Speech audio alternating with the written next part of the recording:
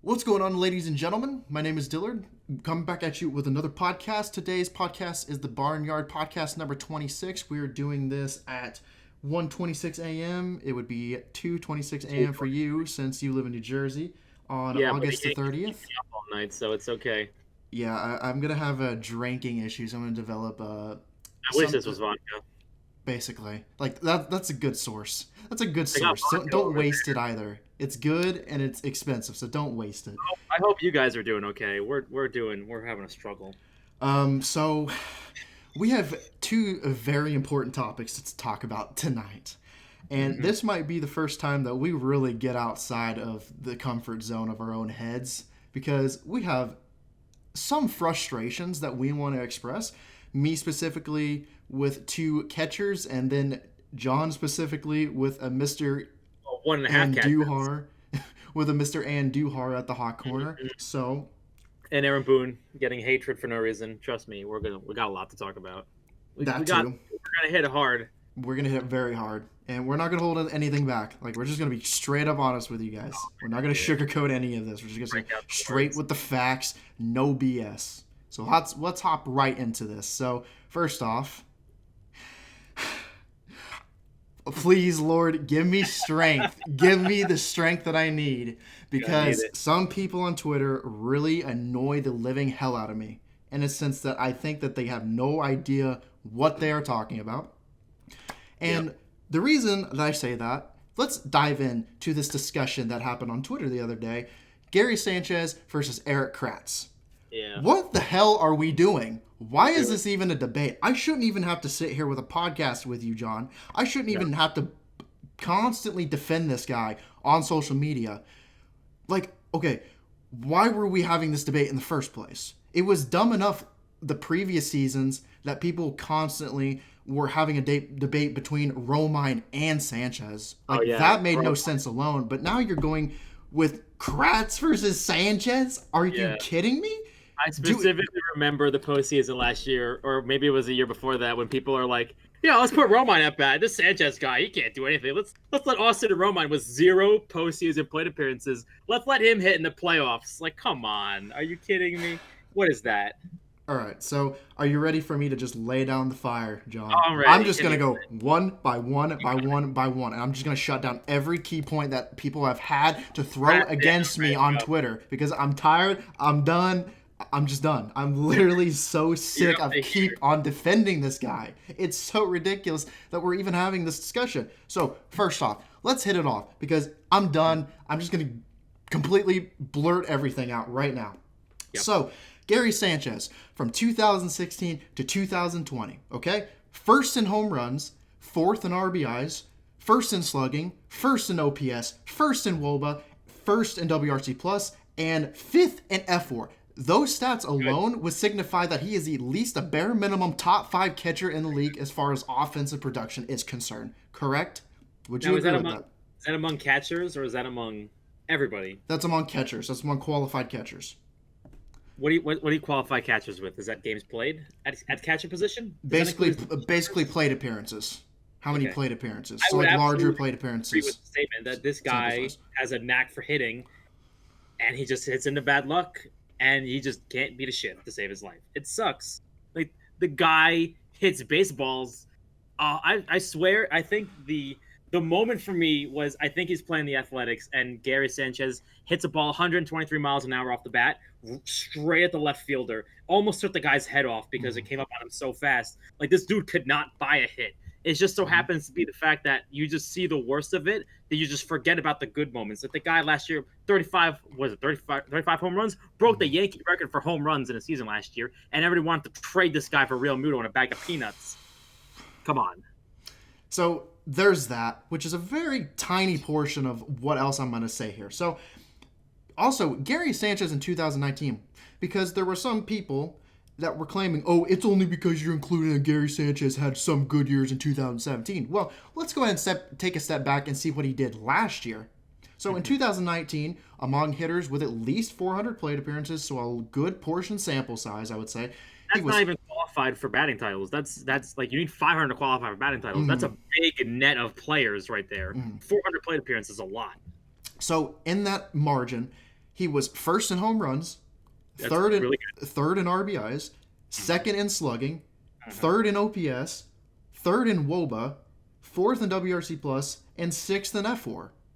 Like, that's more than a solid catcher in the league. Okay, Right. so continuing, this is specifically Erik Kratz versus Gary Sanchez in their careers, their career numbers. This is their career numbers. Keep in mind, this is a guy that people are like, oh, he should pinch hit for Gary Sanchez, or Gary Sanchez should take a day off. Okay, so I have no problem with Gary Sanchez taking occasionally days off, because everybody's got to take days off eventually, right?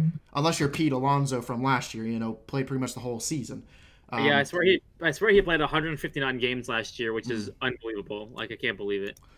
But saying that Kratz should genuinely start over Sanchez is outright delusional. Here's why. So Gary Sanchez in his career, 110 home runs compared to Kratz 31 home 31. runs. I just looked it up right now. Gary Sanchez 272. outproduced Kratz in 1 year in his whole career.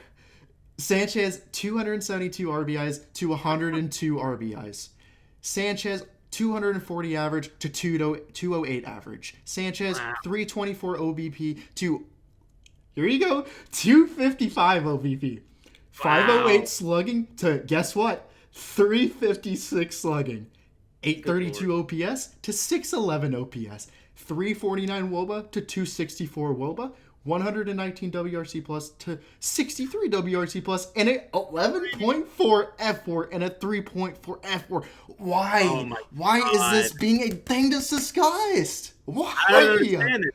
I don't I'm like, get it. Erik Kratz, I don't like WAR, but Erik Kratz has a career WAR of -0.3. I have a higher WAR than him just sitting here doing nothing. Like, you've got to be kidding me. So what? Like, I think Miguel Andujar, who we're going to talk about later, who is driving me up a wall, has a higher career OPS plus than Erik Kratz does. And then here's another thing. So people are like, well, why do you always love large sample sizes? Large sample sizes are going to tell you more about a player than 10 games. And here's the thing. I'm going to take that logic and turn it against people, because people wanted to keep telling me over and over again. There were several people, the Kratz stands or the Kratz defenders. Don't get me wrong, I don't want this guy to fail, but to straight up say you want Kratz playing over Sanchez ever is just delusional. You literally have no idea what you're talking about. Point blank. I have no problem in admitting The guy's had a couple good games. People get hot. I mean, like, you look at people that we thought were good at the game, like Jacoby Ellsbury, who, kind of forgot how to play baseball after 1 year. But that's okay. It's fine. And this is what I said. Gary Sanchez, people freak out about him striking out so much. But literally, Kratz versus the Mets, the last game, 0 for 3 with 3 strikeouts, looked lost.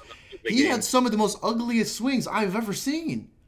And it's like, I got really excited at the end because I thought he walked it off, and it turns out that he had nothing to do with it at all. It was completely out of his hands. It was a wild pitch, but Sanchez forgot how to throw to home plate, apparently, which he does that often. We know he can't do that. And here's the thing, like, that obviously I'm going to take a large sample size, 110% any day of the week over a small sample size, correct? Right? Obviously. Right. That makes But sense. if we're going to use small sample sizes to our advantage and think that they're all bag of chips, Right. what about this? What about the fact that Gary Sanchez in his last 10 games played, which is more games than Kratz has played with the Yankees this season, he's posted a 333 on base percentage, a 483 slugging, a 351 WOBA, and a 122 WRC plus, which are all above average. I don't see anyone screaming about the last 10 games that Gary Sanchez played, but oh no, Kratz plays 1 game and he has a 1,000 batting average, and he's apparently Barry Bonds in a nutshell. That makes no sense. Are you kidding me? It's actually 357.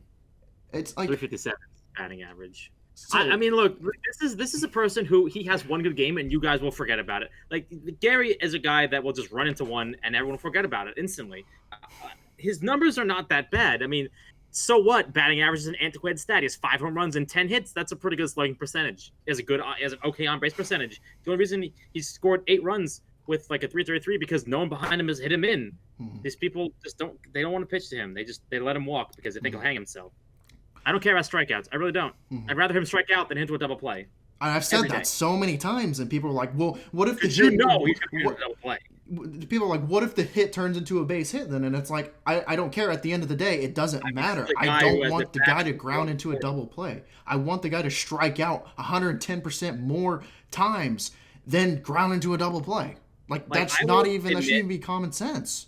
I'll admit I'm biased, but like all you need to do is just go look at this guy, and you need to look at the plate appearances he's had. Yes, he strikes out, but you look at plate appearances like he played against the Braves, where he hit a ball 110 miles an hour off the bat right at the third baseman when they're all shifted there, and it has an expected batting average of 560, and he grounds out, and that happens all the time. This guy has these high percentage batting average hits, and he just makes out on them, and it sucks.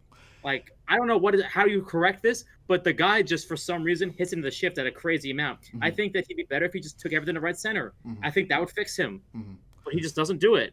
And I think he just wants to pull everything. I don't know why. And before the podcast, we actually talked about this to prove your point about the fact that he has so many times where he has such hard hit balls and they just amount to nothing because they're right at a freaking fielder's head, right at someone's glove, knocks them off their, on their butt, basically.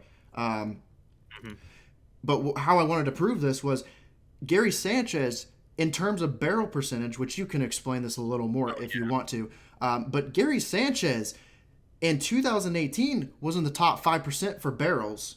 And then in the 2019 season, he was top 1%. And even though, as much as people want to complain that he's done absolutely nothing this season, he's still in the top 10% for barrel percentages. That means the guy is hitting. He's getting good barrels. But he's getting nothing to show for it. Here's a good example. I actually talked to somebody about this the other week, not just the other day, but a few weeks ago, about Rhys Hopkins. He is an on-base percentage warrior, but he just hasn't been getting lucky with those hits that he deserves. And that's the thing. It's just like, that's another reason why I'm so big on this might be a little sidetrack, but I'm so huge on Hicks because he has such a good on-base percentage. He walks a lot. His BB percentage is last time I checked, top 6 in the league. So that's beyond elite, which you would agree with that, correct?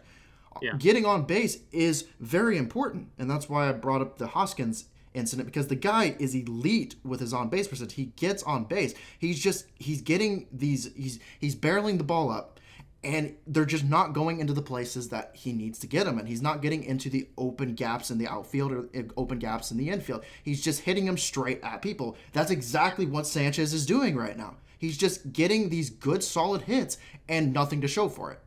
I want to list off some people, so I want to talk about barrel percentage and what that means. So a barrel percent is essentially defined as when it's like hard. It's when you combine hard hit percent with launch angle, essentially. So it means that you're hitting the ball hard. It means that you're hitting it in the air, and it leads to, theoretically, a higher barrel percent means you have a higher slugging percentage.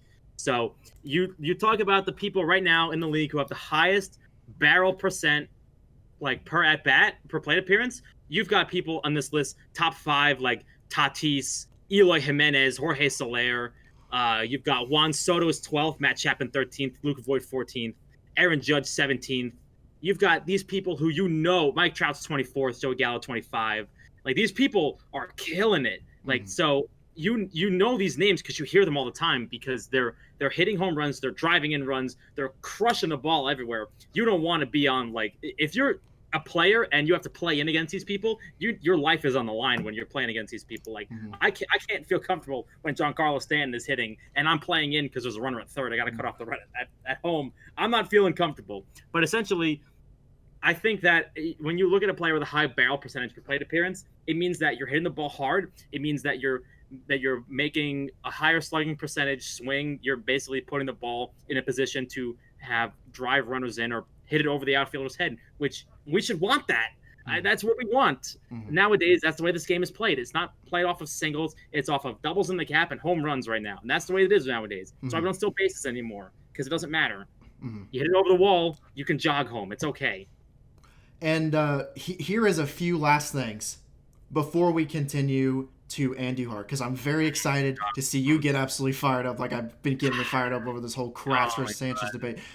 I'll people, try. there were some people that were like, oh, Kratz threw out a runner at second, which, we talked before the podcast that God, Rosario got a terrible lead off of that, a terrible it jump. looked Hap like was basically delivering the pitch, but by the time it he looked like took he off was to asleep. second.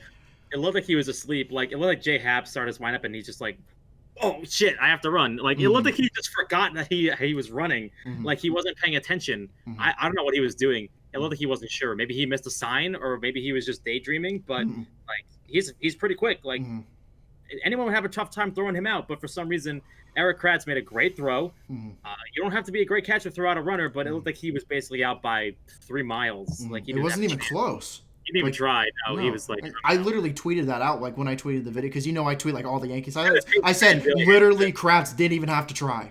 Like literally any catcher in the league could have thrown Rosario out I at could have thrown second. him Rosario in that Seriously, like situation. I'm not even kidding. Nothing against Kratz. Seriously, I don't hate Kratz. That's not the point of what I'm doing, of what I'm saying. He is categorically a offensive. Like he's not really known as a defensive catcher. Mm-hmm. Like he's known for sometimes he's a backup catcher. Mm-hmm. He's a career backup. There's a reason why he's not a starter because he kind of has a noodle arm and he posts batting averages below 100 sometimes. It happens. I'm sorry. And here's my final point for people who are tired of me talking about Gary Sanchez for Kratz. This is my final point. Since people think Kratz throwing out Rosario, who got a bad lead, and any catcher in the league could have thrown him out. Apparently, that was a big deal. One play, like I stated earlier, nobody's gonna bat an eye that Gary Sanchez is above league average and all the stats that I named off. But one game, Kratz does something, and apparently he's better than Sanchez. Here you go. His number in Monument Park now because he threw a runner out at second base and he drove in a runner. Let's go. Gary Sanchez has thrown out 62 runners in his career, while Kratz has thrown out 59 runners in his career. Okay, so here we go to pop time. Everybody knows what pop time is. So here we go. Last thing I'll say, and then I'll give it a rest, and I'll take it away and give it to John. I'll give the microphone to John. In 2016, Gary Sanchez was in the 97th percentile for pop time. 2017, 88th percentile. 2018, 92nd percentile. And 2019, 89th percentile. That is all elite numbers for pop time. Guess where Erik Kratz ranked? I couldn't find a single season on StatCast except for 2018, and he was in the 38th percentile. So Jesus. tell me how good that one throw from Kratz was, where Rosario was basically caught by a mile. And I don't know. I don't know. I'm surprised they didn't try to run on Erik Kratz more. I'm genuinely surprised. They've got Hamilton on the bench, and they didn't pinch run for him and try to steal a base. Like, what happened? John, like, the things that I see on Twitter, I'm highly convinced that if these same exact people looked at this podcast, they watch this podcast, they go by every single stat that we just mentioned, we talk about, and they'd still give me a reason to say that Gary Sanchez sucks and Kratz should start over. I guarantee you there are people that are that delusional, and it's so frustrating. It really is, because I'm not doing this. I'm not expressing and portraying and putting all these stats online to make myself feel like I'm a big brain nerd analytic geek. I'm not doing this to make myself seem like I have more pride and basically make me seem like you get what I'm saying. Like, I'm not trying to act like I am better than everybody else. I'm simply putting these stats out there to tell people it's ridiculous. There's no reason that Kratz should ever in a million years, doesn't matter the circumstances in another reality, should ever be hitting over Sanchez unless either A, Higashioka and Sanchez are both on the IL, which Higashioka is on the IL still, or Gary Sanchez occasionally needs a day off. That's it. But don't ever sit there and tell me that, because Gary Sanchez is slumping, even though we don't want to take, a look at the last 10 games that he's played, even though we'll take one game from Kratz where he has 1,000 average and be like, oh my God, Kratz is the new Barry Bonds. Like, he's the new Thurman Munson. Like, this fan base is the no champion sense. of putting a number in Monument Park after like 3 games, I swear. All right, so I'm done with Kratz. I think I said my piece. The last thing I will say about Kratz is I don't hate the guy. If Kratz goes out there and does what he needs to do, so be it. If the Yankees win, that's all I care about. At the end of the day, if this team wins and they continue to win and they win championship number 28 at the end of the season, I will be happy. That is the ultimate goal at the end of the day. Yep. But to think that I'm not going to put a career, 841 OPS catcher over a career 611 OPS, you are out of your damn mind. Take it away, John. You are good to go. You have the mic. All right. So my problem with these last couple games is that we seem to have this butcher at third base. Now, look, I could understand if he could hit, but I gave him way too much credit. I think Andujar right now is a .8 WAR for this season, which is impressive because it essentially almost wipes out his entire career WAR already just on one season. I don't understand. They keep talking about, well, we're going to put this guy in the lineup. We got to get his back going. We got to find places to get at-bats. I wish they would stop giving him at-bats. I just stop letting him play right now. I'm sorry. The experiment's not working out. He doesn't seem to be working out right now. Put him in the spring training site because he's killing me. I watched him play against the Mets. I played Little League, okay? I played Little League. So I can't tell you I was a major leaguer. But for the love of God, when there's a ball hit to me, when I throw the ball to first base, I can get it in the zip code of the first baseman. I don't need this guy at third base who throws like a noodle arm and manages to throw the ball into the third row at the guy who's cheering him on. You got to be kidding me. How is this guy have such a bad arm? I could promise you that I can at least get it nearby the guy. It's like he's throwing the ball that's misshapen. It's like he's trying to throw a football sideways to first base and it just flutters off into outer space. He manages 2 errors on the same play. How do you do that? First of all, I thought it was supposed to be a base hit. I don't think there's a way that Miguel Andujar can throw out that runner. First off, but why at that point do you have? I think it was it first and second at that point, where there was a runner on first and he bobbles the ball or something. But not only after fumbling the ball, he tries to make up for it. The guy is down already safe and he throws the ball away. Just hold on to the ball. This isn't difficult. I don't understand why he feels the need to try to make up for this play, and he throws the ball away and gives up a run. And then Montgomery's wheels completely flew off the bus at that point. I'm not sure. He made a good double play at the end of the game. But I'm not sure why we keep giving this guy at-bats when he basically looks like he's lost. He could hit a beach ball. If he fell out of a boat, he could hit water.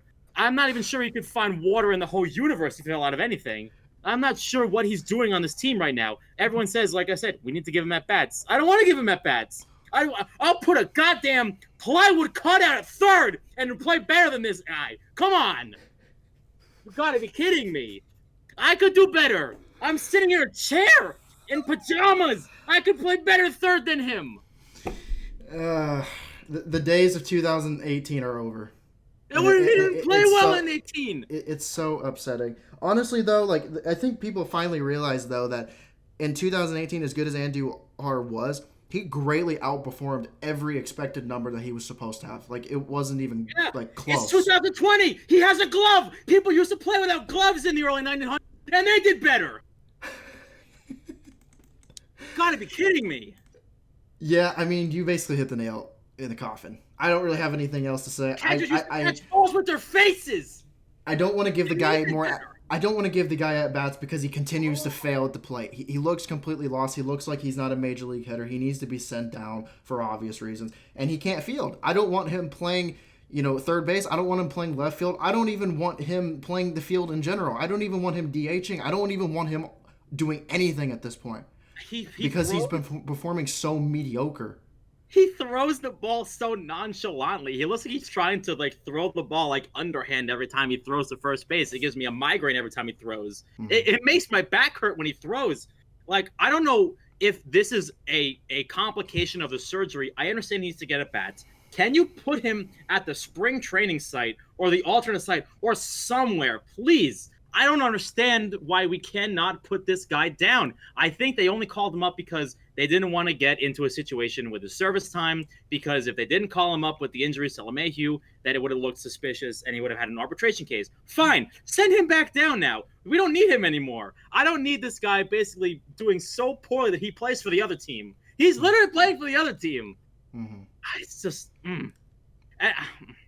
I also wanted to talk about the other at-bat. I think that there was the at-bat that Aaron Boone put him in. I forget what game it was. It was against the Rays, and he looked completely lost in this at-bat. And it was the worst at-bat I've ever seen in my life, where he took strike one, strike two, and then swung at a ball in the other batter's box, strike three to end the game. And I almost broke my radio at this point because I couldn't believe what I watched. It was essentially one of the worst at-bats I've ever seen in my life. And that's just what he is.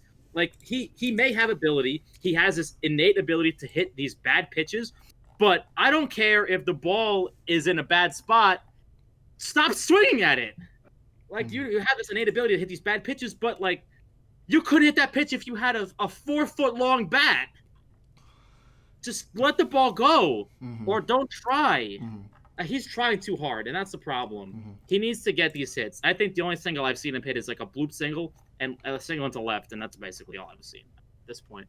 That's basically all I have to say about this guy. He gives me agita every time he plays. It looks like every time he swings, the only way he'll get on base is if he gets hit by a pitch or if there's catcher's interference. That's all he can pray for at this point. And it looks like every time a ball gets hit to him, it looks like he's trying to aim for the hot dog vendor that's in the first row. And I'm not sure why, but he seems to think that there's an imaginary person at first base that's 10 feet away from where the bag is. And I'm not sure why he's throwing the ball there. That's basically it. I don't trust him. I hope Gio comes back and unseats this guy, or LeMahieu goes to third or something, and we put Tyler Wade at second. Like, I'd put Tyler Wade at third at this point. I don't even care. It gives me a migraine. I don't know if you want to talk about Aaron Boone for a while, because I'm screamed out about Miguel Andujar. It was better. I had a better rant the day it happened because this Fatzam Ghoul doesn't know how to play third, but whatever. I mean, I'm all screamed out. I have nothing else to tell you right now. Here's where I have to say about Aaron Boone. And a lot of people, again, were freaking out like they used to do last year. This isn't a new thing. This happened on the regular last year, too.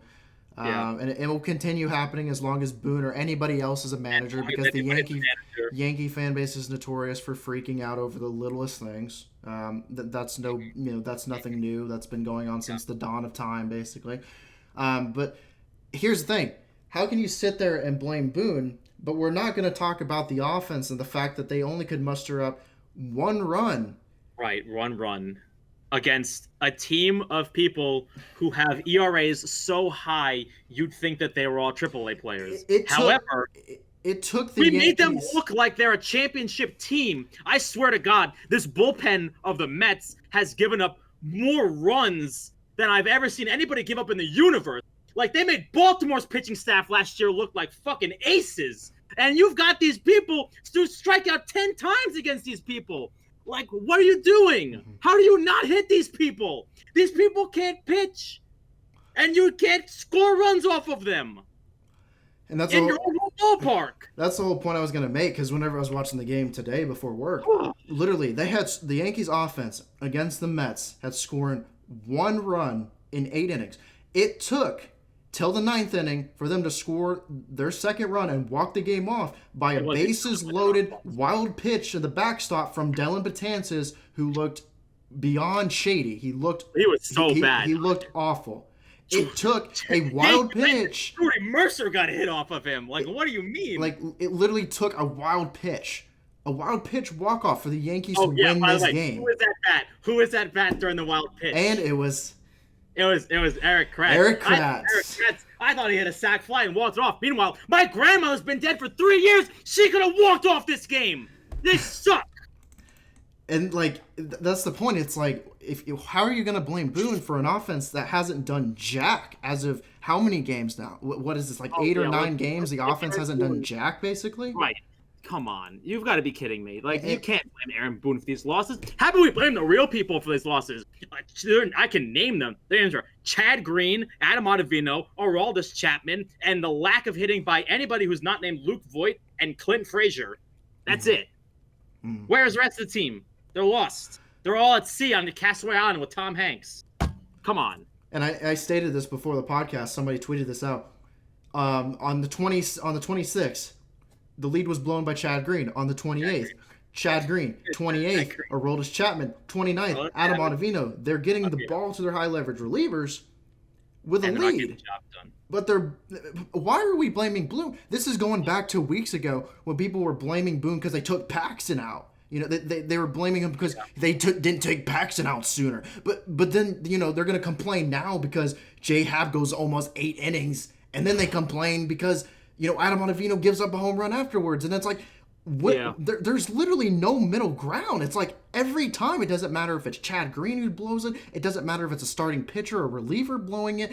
It doesn't matter even if the offense doesn't muster up more than one run. It's always Aaron Boone's fault. It's ridiculous. I will give you the parallel that, for instance, I said this earlier, but if you go back 20 years, and I know that's a long time for a lot of people, there might be a lot of young people out there who never mentioned this, but if you go back 20 years, I don't care. Like, this was a team that if they got a gem of a game, 7 or 8 innings pitched, let's say out of Andy Pettitte, like, fan base loves Andy Pettitte, and you have a 2-run lead, and Andy Pettitte's in the game in the 8th inning, it doesn't matter. He's not coming out to pitch the 9th, and you know why? Because you have Mariano Rivera in the bullpen. You've got the highest of high leverage closers coming into the game. You're like, oh, this game's over. It's okay. That's what Chad Green, Adam Ottavino have been this year. Chad Green coming into the other day had a 1 ERA. How could you not put your faith into this guy? He looks like money. He has struck out so many people so far this season. I think he looked like he was even better than 2017 Chad Green. 2017 Chad Green looked like he was untouchable. But you have these people come in and they're like, oh, Aaron Boone should let Jay Happ pitch another inning. It's a miracle he pitched that many innings. I thought he was going to give up a run in the first 3 innings. I couldn't believe it. He pitched 7 in the 3rd innings today. Was that what it was? 7 in the 3rd innings? Well, I can't believe he pitched that far. He looked like he was just some new pitcher. He looked like Randy Johnson out there today. And for some reason, like, he comes out of the game. It looked like there was a fucking miracle. It was like he went to church this Sunday and found Jesus. Like a miracle happened on 34th Street, and J-Hab comes in and gives up a gem of a game, and Adam Ottavino comes in and gives up a foul pole home run, and everyone's like, oh, Aaron Boone. Remember, Aaron Boone doesn't leave these pitchers in for long enough. James Paxton was left in for long enough. What happened to him? You guys blame Boone for leaving him in too long. He looked like he was untouchable that day. He gives up 2 home runs and the lead's over, and everyone's like, oh, you left him in too long. What are you talking about? Well, who is he supposed to go to then? Tommy Canley's injured. Britton was injured at that point too, I think. There's no one left. Maybe Chad Green at that point, but like you can't be expected to just. He would have blown the game too then anyway, because he blew these games. And I think this would be a good opportunity to say this, because obviously, I'm gonna straight up say that obviously nobody should be blaming Aaron Boone. I think it's ridiculous.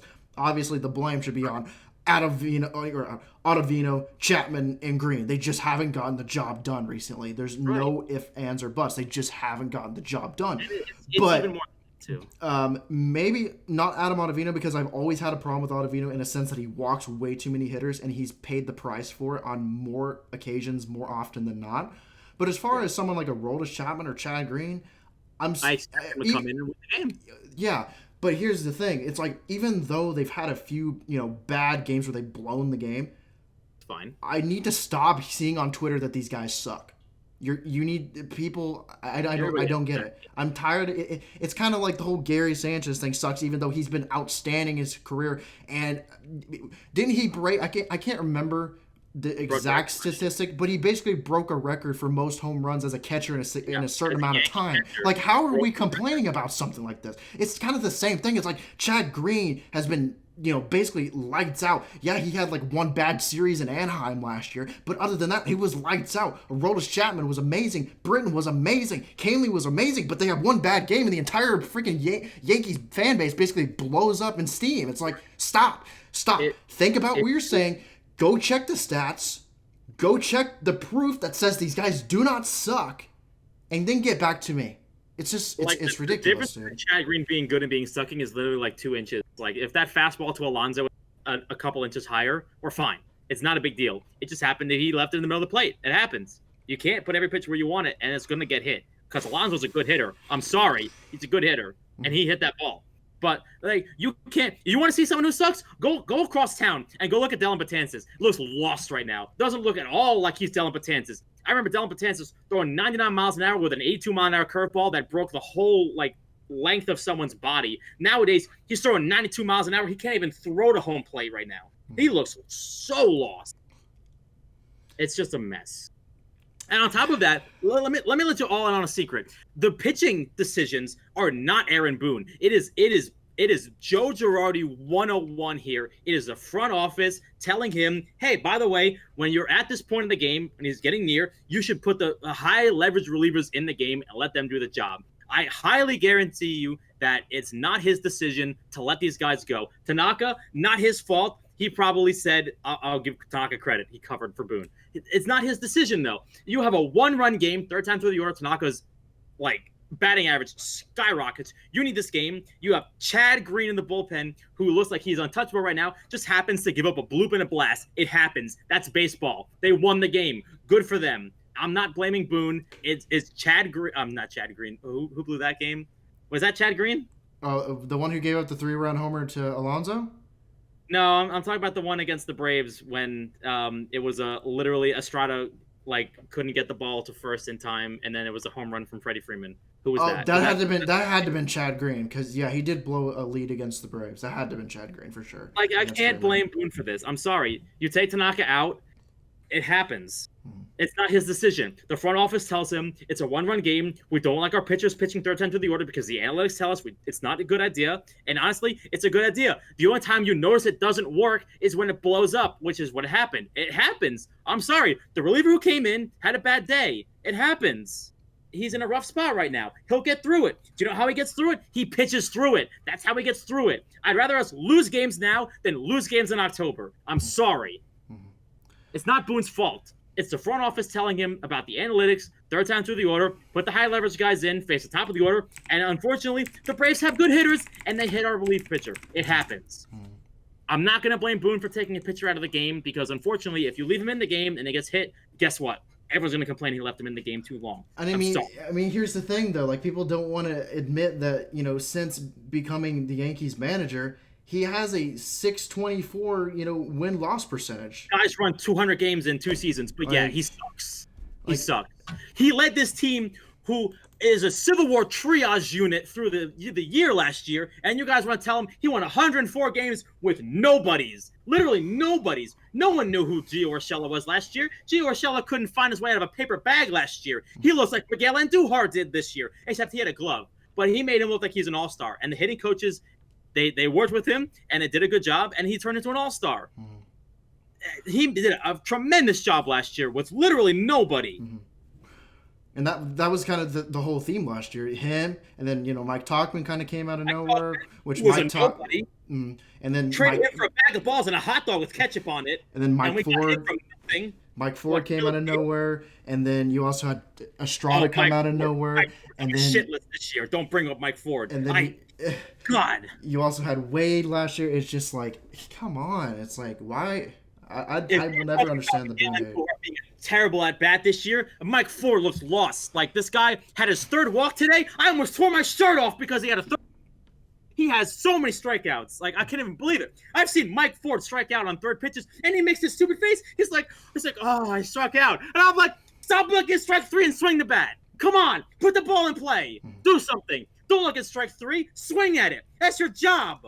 It's basically almost a guarantee that if they throw him a breaking pitch, he's going to strike out. He doesn't know what to do. He can't hit anything other than high fastballs, basically. The only thing he can swing at is a fastball at his eyeballs, and even then it's a 50% chance he pops a ball up and the warning tracker hits a home run. If you throw him anything else, he just doesn't know what to do.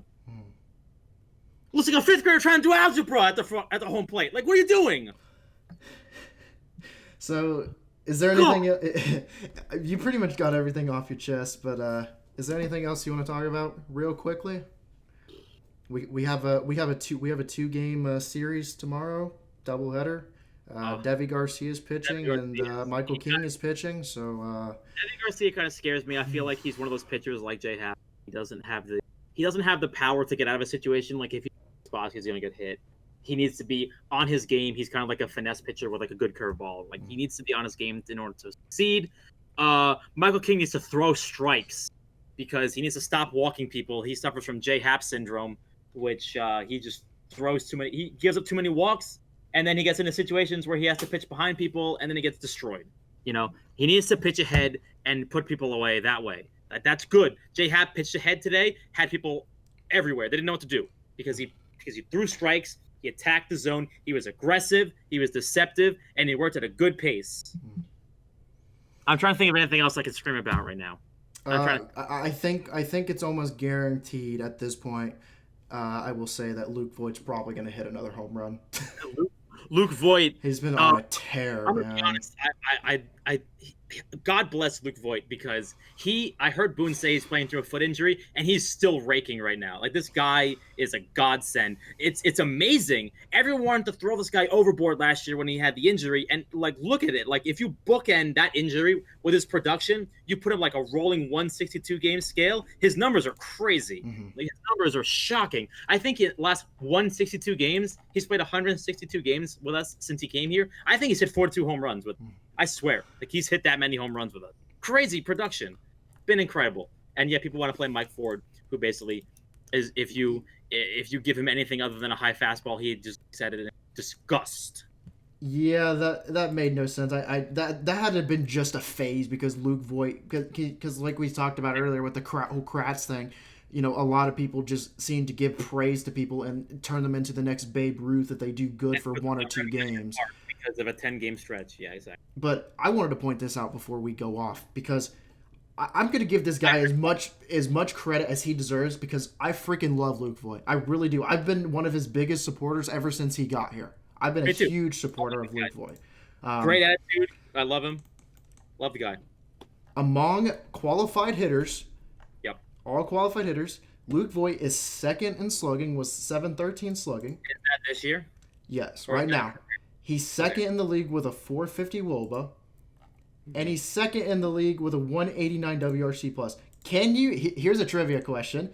Can you name the player who is above him in slugging, WOBA, and WRC plus? And it's very odd, to be honest with you. The only reason I can name him is because you told me who it is, but I don't think anybody here would know it off of hand. Who'd you say it was? Was it Winkler? Mr. Jesse Winker from the Reds. Yeah. It's crazy. Crazy stuff. I don't understand. So the only thing that I will say is, I'm now, this may be controversial. I love Aaron Judge, but why can we not keep Judge healthy? How does this guy get hurt running the second base? I don't understand it. I literally watched a video clip where Tatis sprinted home from third and thought to myself, I wish that our players can run from third to home without pulling a Tanaka where you rip up both your hamstrings. I don't understand how this team is literally a Civil War triage unit again. Like, the comparison I would make for it is essentially you've got our team is essentially like, remember back in like the War of 1812 and like the Revolutionary War, people would line up and get shot with muskets. It's like they're out there shooting muskets. That's how accurate these guys are. I'm pretty sure they could get better hits with fucking muskets than these guys could. These guys couldn't hit jack shit. Like, and they're getting injured just as much too. Gleyber Torres, I don't understand this. He runs to second base, pulls his hamstring and his quad. How do you do that? How do you pull both of them? I wouldn't be surprised if you play tomorrow and Tyler Wade steals home and tears his ACL. I wouldn't be surprised at this point. It's just there's so much uncertainty with this team, and that's I stated this in a podcast in the previous podcast a few times. Like right now? What's that? What does our injured list look like right now? I'm not too many. There's not enough room on the injured list for all these bodies right now. Many. You got like Luis Severino, Aaron Judge, Giancarlo Stanton. I'm amazed that Gary Sanchez hasn't torn his legs apart yet and blown up. I'm amazed. Gleyber Torres, like, I swear to you, we have 5 or 7 All-Stars on the aisle right now. It's incredible. And that's the thing. Like I was gonna say in a previous podcast I stated that I'm not a medical doctor. I did not graduate from Princeton or Mike Ford graduated from Princeton. Well, that's beside the point. We're not talking about Mike Ford. The point is, I'm not a medical doctor. I don't have my doctorate's degree. I did not graduate from a top medical school in the country, okay? I don't know really hardly anything about the medical industry, okay? To be honest with you, straightforward. But something's got to change. I don't know what it is. I don't know how these guys are stretching, if they're working too much on upper body exercises compared to lower body exercise. Because if you notice, these aren't major tears that most of these guys are doing. They're like minor tears, and it's a constant. It's the same injuries that they were enduring from last season, and it's like change something.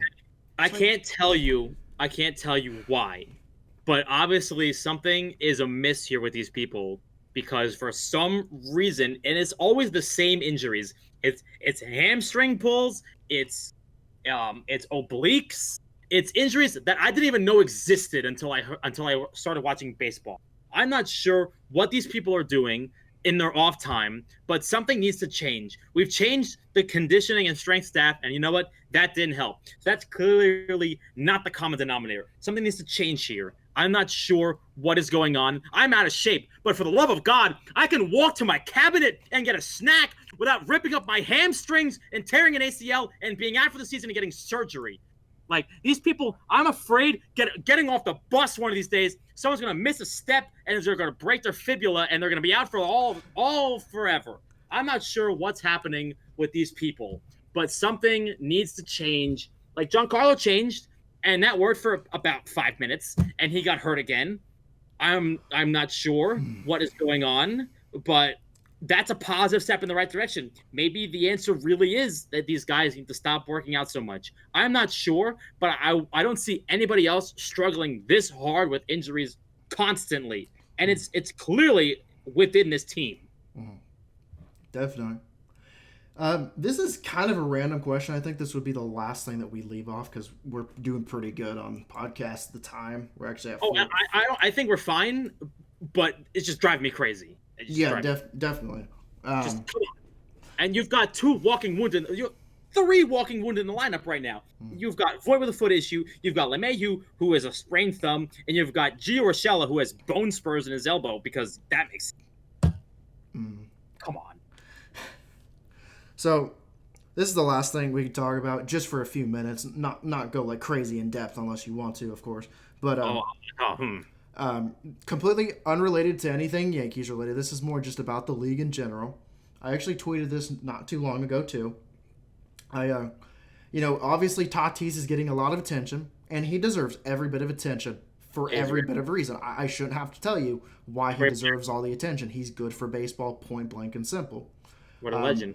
But at the same time, why are we not promoting other guys who are absolutely raking in this league, like Mike Yaz or Brandon Lowe or Kyle Lewis from the Mariners? Does anyone even know who Kyle Lewis is? Ian Happ from the Cubs. Jose Abreu is raking with the White Sox. Teoscar Hernandez is having an incredible season with the Blue Jays. Will Migers, David Fletcher. I mean, it's like, come on. I get it. We should. I'm not saying that Tatis doesn't deserve to be, the face of baseball or represented as much as he does. I'm just saying, why are we not giving a lot of these other guys chances? And I said this earlier to someone. I was like, watching the podcast, with CC Sabathia, I didn't know Sonny Gray. I didn't know how cool he was and how amazing his personality was till I actually got to hear him in a podcast. Same thing with a guy like Archie Bradley or Justin Upton. If these guys don't get the spotlight, if we're not, if the MLB's not using their platform to, have us better understand how these guys are off the field, in their personal lives. What do they do in their personal lives? What do they like outside, baseball? Like Bumgarner, outside of baseball, he likes riding four-wheel or, doing dirt biking and things like that. Apparently he likes riding horses and rodeos. So like things I want to know. I want to know these things from all these players. I want the league to better broadcast and better put these guys in the spotlight like the NBA and NFL do. I think the MLB could do such a better job at it, but they just don't do it, and I don't know why that is. Yeah, the league seems to be in the dinosaur era for some reason. I think that if you look at what's been going on recently, John Boy has been amazing in terms of getting these clips out there and bringing attention to things that, as a casual baseball fan, you can really appreciate what John Boy does, because you don't need to know what is going on, because he tells you what's going on and he tells you why it's important, and he gets the casual fan involved, because I, as a baseball fan, know exactly the nuances that are going on. I know why, for instance, one of my favorite videos is the one where Anthony Rizzo signals to the umpire by tapping his head and he moves the umpire over. Even I didn't know that. I'm a baseball fan. I've never seen that before in my life, and I appreciate that a lot. And then you see other videos where, for instance, if a casual fan sees a bench clearing brawl, they're like, well, why are they fighting? He tells you the nuances inside of it, oh, okay, well, he threw a pitch inside of him and he didn't like that, and they're yelling at each other and they're breaking the unwritten rules that no one seems to understand. Not even I, because I don't get them. But he tells you exactly what's going on, and that's amazing. There needs to be more people like John Boy. I don't know why MLB continues to just have like the stranglehold where they refuse to let people like John Boy flourish and claim all his content. It's stupid. You look at the NBA and the NFL right now; they're doing an amazing job marketing. They need to really, really work on this because I'll tell you what, fans are growing up and they have no idea what the MLB is. They think it's boring, and I watch it and I'm like, I watch all the nuances going on in it. I'm like, this is really exciting and really interesting. Like I'm into every pitch because I'm watching it and I'm living it. And they need to really do a better job of marketing their players. There's no excuse why you don't have Mike Trout, Fernando Tatis Jr., Bo Bichette on billboards everywhere. There's no excuse. There's no excuse. There needs to be better. They need to do better. And actually, someone told me about this, and he tweeted at me because I was talking about this. I was like, why are players like Kyle Lewis and all these other players that are just underrated and absolutely smoking baseballs, they're not getting promoted near as much as Tatis or Juan Soto or something like that. But he actually gave me the idea of I should take this idea and run with it, but try my best to like dive down deep into players like Kyle Lewis or Mike Yaz or something, and really give them the credit that they deserve. The only problem with that, I love that idea because I am all about giving people recognition who deserve it, especially people who just receive little attention because either the market that they play in is completely small and nobody cares about the Mariners or the Giants because they've been mediocre teams for a significant period of time. But he basically, the problem basically with this whole thing is I would do that. But the problem is I can't sit there and do what Barstool Sports or something does where I sit there and have interviews with all these players. I don't have those connections. That's the only thing. Or I would do it. That would be a dream come true. I would love to sit here and do a podcast with Kyle Lewis or, David Fletcher or some of these other more, underrated guys this year or, Brandon Lowe is a huge one, especially because the Rays, a lot of people don't want to talk about the Rays. Even people that are fans of teams in the AL East have no idea what Brandon Lowe is doing with the Rays. And it's honestly, I think it's, I'm not going to say disrespectful because if you're one of those people that just watch the game just to watch it and you want your team to win, so be it. That's cool too. I'm not crapping on you for that. But, as far as people who are driven into analytics and people who watch baseball every day, and they don't just watch the Yankees but watch the entire league, how could you not notice what a guy like Brandon Lowe is doing right now? He's raking, and he deserves. And the reason why a guy like Brandon Lowe is not getting that attention recognition is because MLB is not advertising these players, and we're not getting podcasts and all these things where we dive into these guys' personal lives. I just watched a video not too long ago, and, obviously everybody knows who Tom Brady is, unless you're living under a rock. But it was like a 25-minute video of, Brady, his first training camp with the Buccaneers. I want to see videos like that of, like, every player. I want to see the backstory of these guys and their work ethic. I want to know these things. I'll tell you someone who's doing a really good job of that. Trevor Bauer is doing a really good job of stuff. That's why I think Trevor Bauer should be our next commissioner. Absolutely. Man, that would be Trevor Bauer's commissioner. So I actually have one last thing to say, which is I think it's really funny that MLB right now, the one marketing thing they've done is they're like, we're gonna let the kids play. Yeah, you're gonna let the kids play. Yeah, but you're not gonna let Fernando Tatis Jr. swing down up 7 runs. You'll let him hit a home run and celebrate. But we gotta let the kids play, and you're gonna make him apologize for that afterwards. Get out of here. We let the kids play. You'll let the kids play, and then make them feel sorry for playing afterwards. Come on. What a travesty. And it's funny, the organization that gets pissed off is the organization that put up 30 runs on the Baltimore Orioles, including 16 runs in the last 2 innings off of nobody's. Come on. They won 33 against the Baltimore Orioles, but they have a problem with Fernando Tatis Jr. swinging 3-0 and barely hitting a home run too. Like, it was barely a home run. What is he supposed to do? He's supposed to ground out in the situation? He's supposed to just take pitches? I'll tell you what, he's a rookie. These at-bats matter for his arbitration case because he's not going to get paid until 2027. He needs these at-bats to make his living. It's not like he can just take a pitch. That's his living. He needs to make a salary. If he doesn't, he's not going to get paid. I'm sorry. He needs to swing at that pitch. Like, you're taking money out of his pocket by letting him ground out or take pitches. Stop it. They barely get paid anything. He's not gonna see money like until he's how old is he right now? 21. He's not gonna see money until he's 27. He might not get a contract till he's 30. Mm-hmm. Come on, let him swing the bat. Let him play a valid case, and that goes for anybody. Anybody should be able to. And don't throw it behind Machado the next pitch either, and pretend like you didn't do it. Like that was a purpose pitch. Like you threw behind Machado. That was garbage. I don't like Machado, but don't throw it behind him. And I'm actually about to get a shirt. Did you saw that the shirt that's on John Boy Media? No, with Tatis on it. I'll have to link you. You gotta send it to me because sometimes I live under a rock. But basically, after that whole I wouldn't say skirmish, but that whole dumb incident with the Texas Rangers where they got upset and their feelings hurt because Tatis swung at a 3-0 pitch on a grand slam, even though better. Well, that's what I said. It said either pitch better or walk the guy, intentionally walk the guy. The guy's been on fire. Give him the Barry Bonds treatment. Yeah, just walk. Don't go to him. And not only that, I mean, those are your two options, correct? You can either, pitch better, or, you can walk the guy, like I said, give him a Barry Bonds treatment. The next time, if you don't want to hit a grand slam, just ask him politely before you throw the pitch. You're like, hey, bro, can you not swing at this one? Can you just give me one strike? And then, can you also give me another strike? And then, can you let me strike you out? No, swing for the fences, my guy. Let it rip. Basically. That's still that whole entire incident still bothers me because I absolutely love Tatis, and any player by that means should be able to express themselves. I think anybody who hits home run should be able to bat flip. I think any pitcher who strikes someone out in a big situation should be able to pull a Tommy Kahnle, go like this, express their emotion. Yeah, like do Tiger, it. Why not? When Tiger Woods hits that birdie putt to go into playoff, and you see him like. Yeah, he goes like that. Like, why? See. Come on. That is another reason. If you are out there complaining that you think that there's a problem with Tatis hitting a grand slam, you know what? Don't watch the game.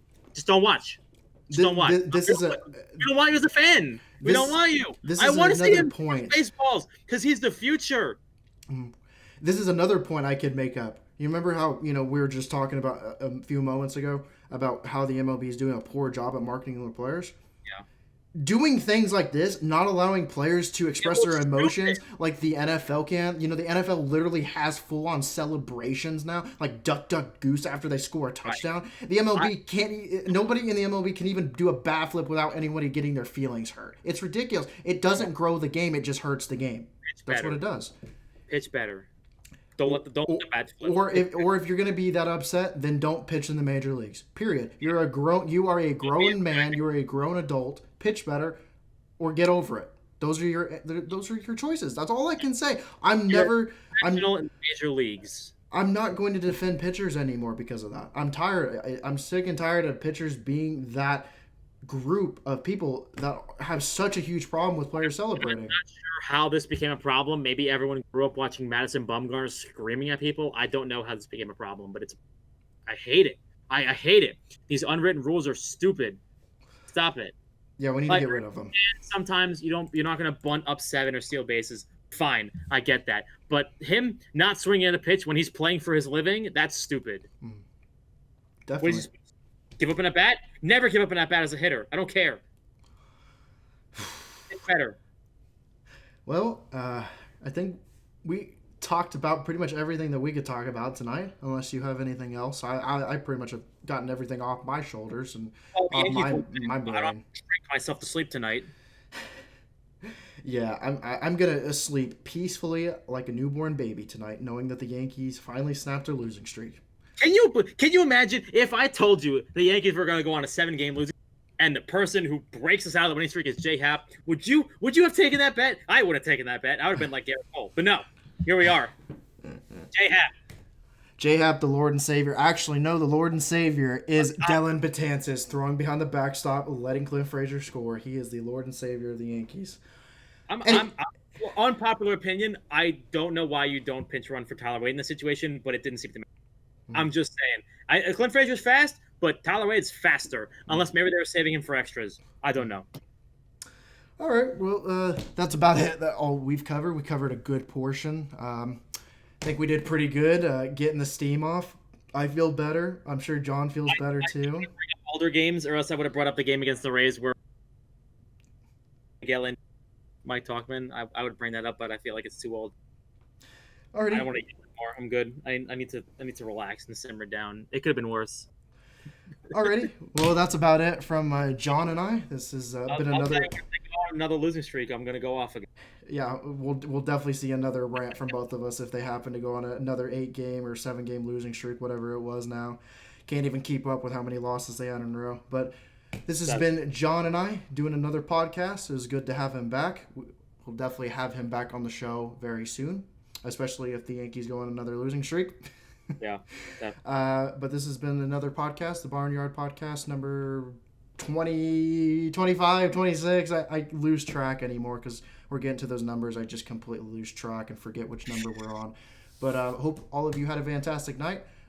This podcast will actually be uploaded hopefully an hour or so before the first game of the doubleheader starts. So you can definitely watch this and hopefully go through the entire podcast before the game even starts. So hopefully the Yankees take 2 out of 2 tomorrow. We can only hope that they sweep the Mets in the doubleheader. And then we look forward onto the Rays. And so we'll see how that goes. So hope you guys enjoy the rest of your day. And see you guys later. See you later.